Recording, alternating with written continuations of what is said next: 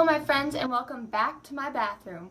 Today I thought I'd do a little video how-to for you since it was heavily requested when I asked on my Instagram stories for suggestions and videos that you guys wanted to see, and that is how to look good on Instagram. All about the gram, baby. Just kidding. I've been there. It's a Saturday night. I've been playing The Sims 2 for hours. I'm in sweatpants and I have a breakout because it's my time of the month, and I scroll through Instagram and I see beautiful women with very moisturized long legs sticking out of fancy dresses, having cocktails, and you get that FOMO, fear of missing out. Instagram is a big on the FOMO.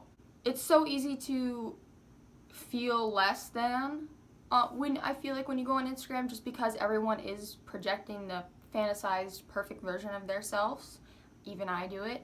I'll admit it straight up. I'm not going to post a picture on the days when I have those period-induced breakouts or after I've been stressed crying for 2 hours and the bags under my eyes are just like...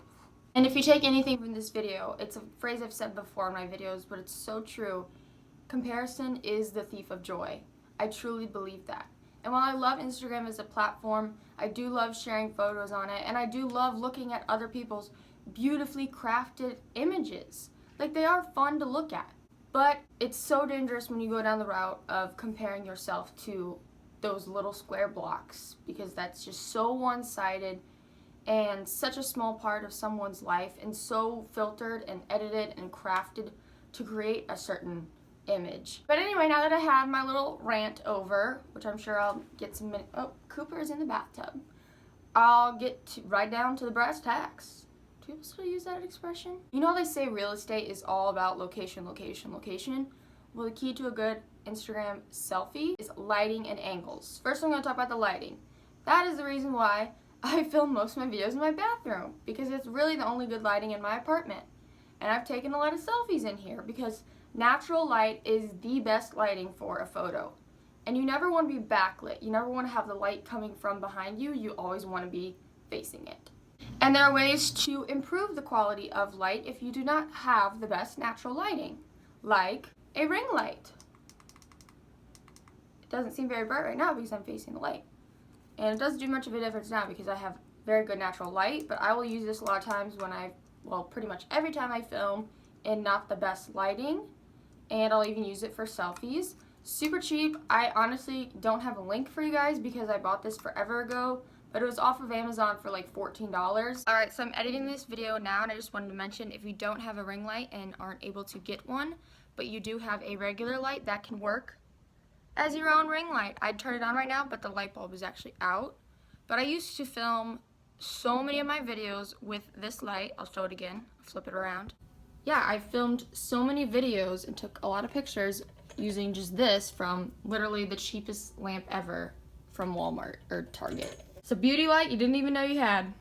Also apps, which I'm going to delve into Facetune a little bit more, but there is a great feature on that where you can do relight, where it will change the lighting.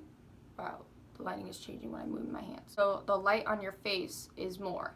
And of course, even within the Instagram app, you can add brightness to your photos to make them look brighter, because everyone likes a good bright photo. And angles. For example, I would never take a selfie like this, dead on. I would take a selfie like this, a little bit above. Makes the angles look better. Yeah, you can see my toilet in the background, so probably not the best selfie, but you guys get what I'm saying. Everything looks better at that angle. So don't judge people when you see them on the streets doing that. Let them get their selfie in, okay? Everyone does it. Also, this is going to sound like a complete Derek Zoolander quote, but it really is good to know your side, because I feel like everyone has a good side. Mine's this, which is why I generally speak this way, not this way. I don't know why. Maybe because I'm right-handed and it's my right side and it's just more comfortable for me to pose this way. I don't know the logistics behind it. That's just how it is. Another thing to help improve the quality of your Instagram selfies, or Instagrams in general, is background. For example, right now I'm in a bathroom. Not the sexiest of locations, so I probably would not post a selfie with this in the background. Another thing is knowing about the golden hour. What is the golden hour, you may say? I'm not speaking about the classic Casey Musgrave song. I'm talking about the time, someone call it twilight, between 5 and 6 p.m.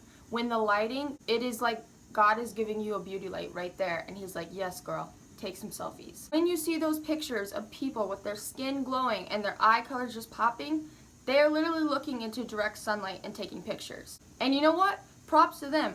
I've done it before for work, and I've done it on my own taking selfies. It is hard to take pictures in golden hour because that is direct sunlight, and if you're someone who has sensitive eyes like I do because I wear contacts and I also have blue eyes which are more sensitive to sunlight, there's this trick a lot of photographers will teach models when it is that direct light is 1, 2, 3, look. 1, 2, 3.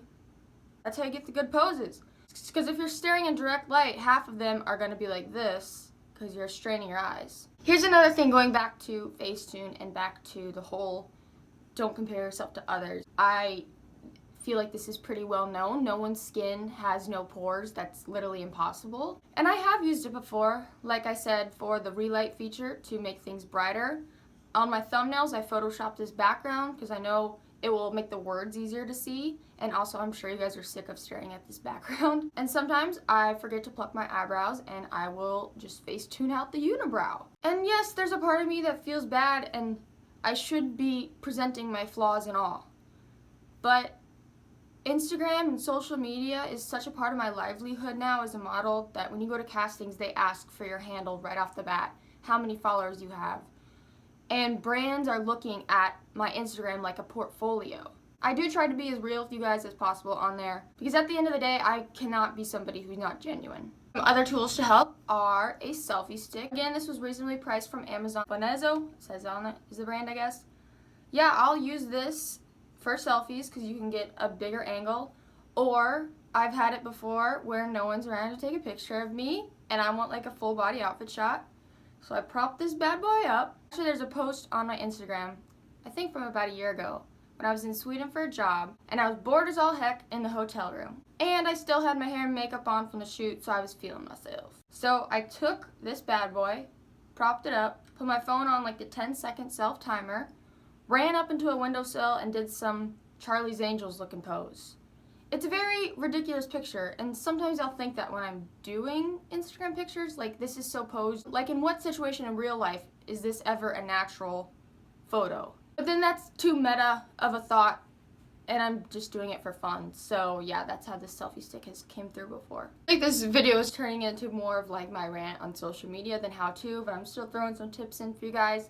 It's just something I do think about a lot because it is easy to compare yourself to others. I'll look at my feed and be like, oh, selfie, selfie, selfie. That's because, you know, I live in an 800 square foot apartment. I don't have a plethora of cool outfits. And I know personally people go out searching for cool backgrounds just to take an Instagram. And I work a lot, and on my days off, I don't want to do that. I'm not a fan of making my friends or making my boyfriend take a plethora of pictures of me. For example, there's a photo that goes on my Instagram of this really cute coat that I loved, and I had my boyfriend taking it, which, by the way, I really prefer when my friends take my photos because my boyfriend's taller than me, and it always looks better if someone takes a picture of you from a lower angle. So that's another tip, have your friend like work on their squats.